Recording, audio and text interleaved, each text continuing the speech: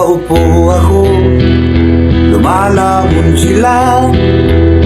Masasaya itong aking mga kaibigan. Abot kamay nila ang bunga ng puno, dahil balikan ko ang ginawang tuntungan. Habang namimitas, lalong natatakam, sila ay para bang wala ng kabusugan. Kahit alam nilang merong mga langgam, at ang aking paa ang siyang inuupakan. Nais ko lang tong ihinga, marami na akong nagawa at natulungan.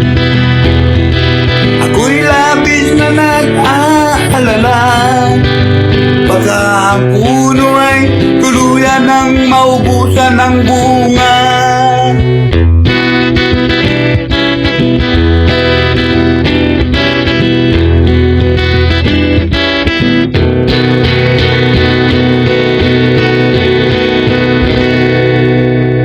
Nakaupo ako, nababantay sila. Ang mga aso ko'y laging maaasahan. Hindi ko lang alam ang binabantayan. Ito bang puno, itong aking upuan?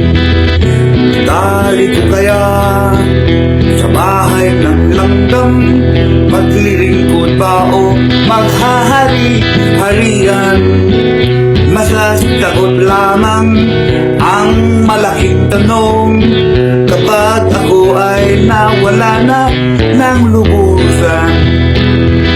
Nais ko lang tong ihinga, marami na akong nagawa at natulungan.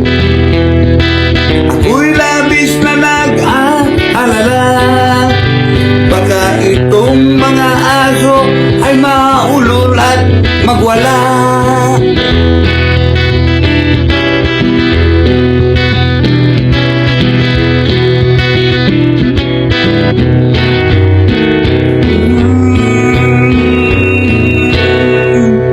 Nakaupo ako, naiinggit sila.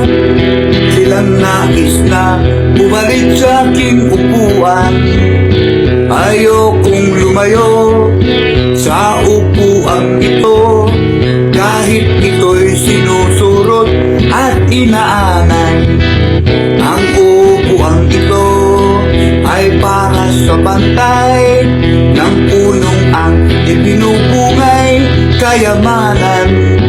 Nangangamba ako kung uupo sila, baka ang puno ay lalong mapabayaan.